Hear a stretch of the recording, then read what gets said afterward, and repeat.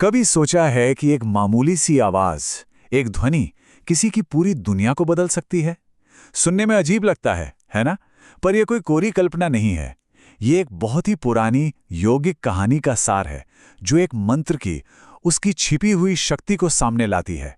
तो चलिए इस रहस्य की परतों को खोलते हैं।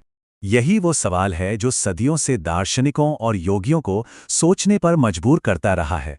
क्या सच में हमारी असलियत, हमारी रियलिटी इतनी लचीली है कि उसे सिर्फ एक आवाज से, एक ध्वनि से मोड़ा जा सकता है? हमारी आज की कहानी इसी दिलचस्प सवाल की गहराई में उतरती है, और इसका जवाब सच में हैरान कर देने वाला है। देखिए, योगिक परंपरा में एक बहुत ही गहरा सिद्धांत है, नाद ब्रह्म।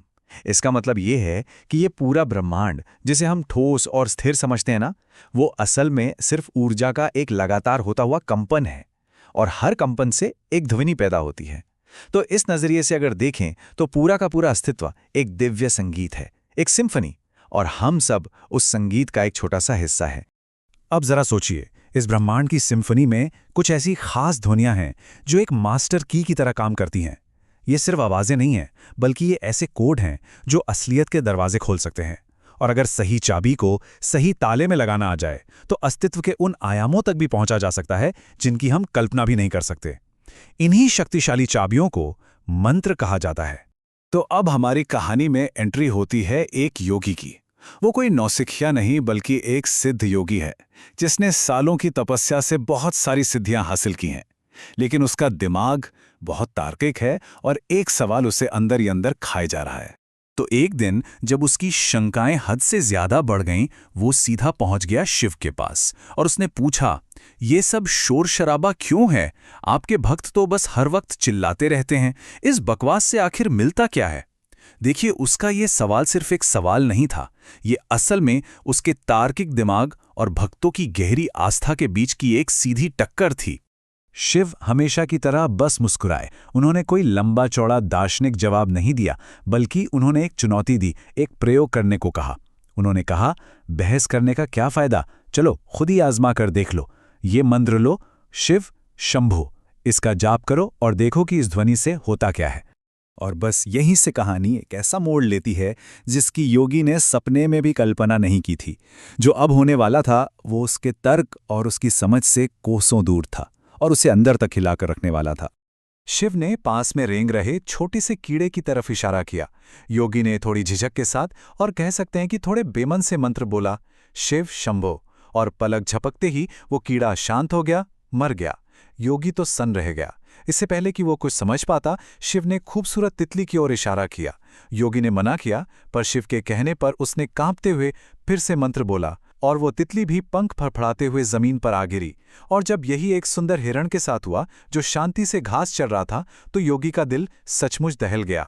योगी पूरी तरह से टूट चुका था। उसे बहुत ज्यादा अपराध बोध हो रहा था। उसके तार्किक दिमाग ने सिर्फ एक ही नतीजा निकाला कि ये शिव शंभो कोई दिव्य मंत्र नहीं, बल्कि एक मृत्यु मंत्र है, एक विनाशकारी हथियार।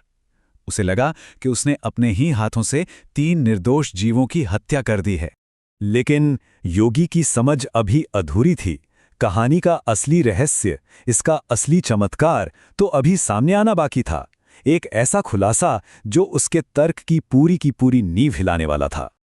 और ठीक उसी वक्त एक मां अपने नवजात बच्चे को लेकर शिव का आशीर्वाद लेने वहां आती है। शिव ने एकदम शांत पर बहुत ही पैनी नजरों से योगी की तरफ देखा और कहा, अब यही मंत्र इस बच्चे पर बोलो। बस इतना सुनते ही योगी के तो जैसे पैरों तले से जमीन ही खिसक गई। वो घबराकर चिल्लाया, नहीं, मैं कोई हत्यारा नहीं हूं, मैं इस बच्चे को नहीं मार सकता। शिव के जोर देने पर योगी ने आंखें बंद करके कांपते होठों से मंत्र बोला, शिव शंभो। और फिर एक चमत्कार हुआ। वो नवजात शिशु उठकर बैठ गया और एक ज्ञानी की तरह बोला। उसने समझाया, आप मुझे मार नहीं रहे थे, आप तो मेरे विकास को तेजी दे रहे थे। मैं कीड़ा था, आपके मंत्र से तितली बना, फिर हिरण और अब इंसान। बस एक बार और ये मंत्र बोलिए, मैं परम चैतन्य को पाना चाहता हूं। और उस एक पल में योगी का दुनिया को देखने का पूरा नजरिया ही बदल गया। उसे मंत्र की असली ताकत समझ में आ गई। ये विनाश की शक्ति नहीं थी, बल्कि ये तो विकास और रूपांतरण की एक अद्भुत चाबी थी। ये स्लाइड ये पूरी कहानी का निचोड़ है। एक तरफ है योगी की सीमित समझ, जहां हर अंत एक बुरी खबर है, एक त्रासदी है, और दूसरी तरफ है ब्रह्मांड की सच्चाई, जहां हर अंत असल में एक नई शुरुआत होता है। जिसे योगी मौत समझ रहा था, वो तो चेतना का एक बहुत तेजी से हुआ विकास था। मंत्र जीवन को खत्म नहीं कर रहा था, बल्कि उसे उसके असली लक्ष्य की ओर तेजी से आगे बढ़ा रहा था। तो इस कहानी से हम सब क्या सीख सकते हैं? पहली बात कि ये ब्रह्मांड एक जीवंत कंपन है। दूसरी कि मंत्र वो खास चाबियां हैं जिनसे हम इस कंपन को अपने फायदे के लिए इस्तेमाल कर सकते हैं। और सबसे गहरी सीख ये है कि हमारा नजरिया ही सब कुछ है। जिसे हम एक दर्दनाक अंत समझते हैं, हो सकता है कि वो ब्रह्मांड की नज़रों में एक शानदार बदलाव हो, एक खूबसूरत नई शुरुआत।